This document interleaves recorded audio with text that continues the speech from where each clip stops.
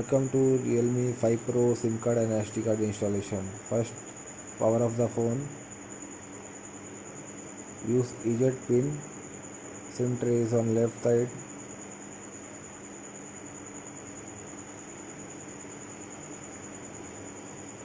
Insert eject pin and pop out the card tray. Insert first SIM, second SIM, and third is SD card slot.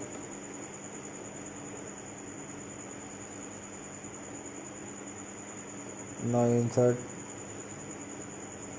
SIM card tray into SIM phone.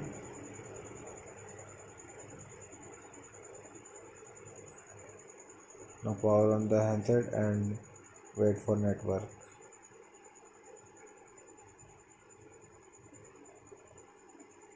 Thank you for watching video.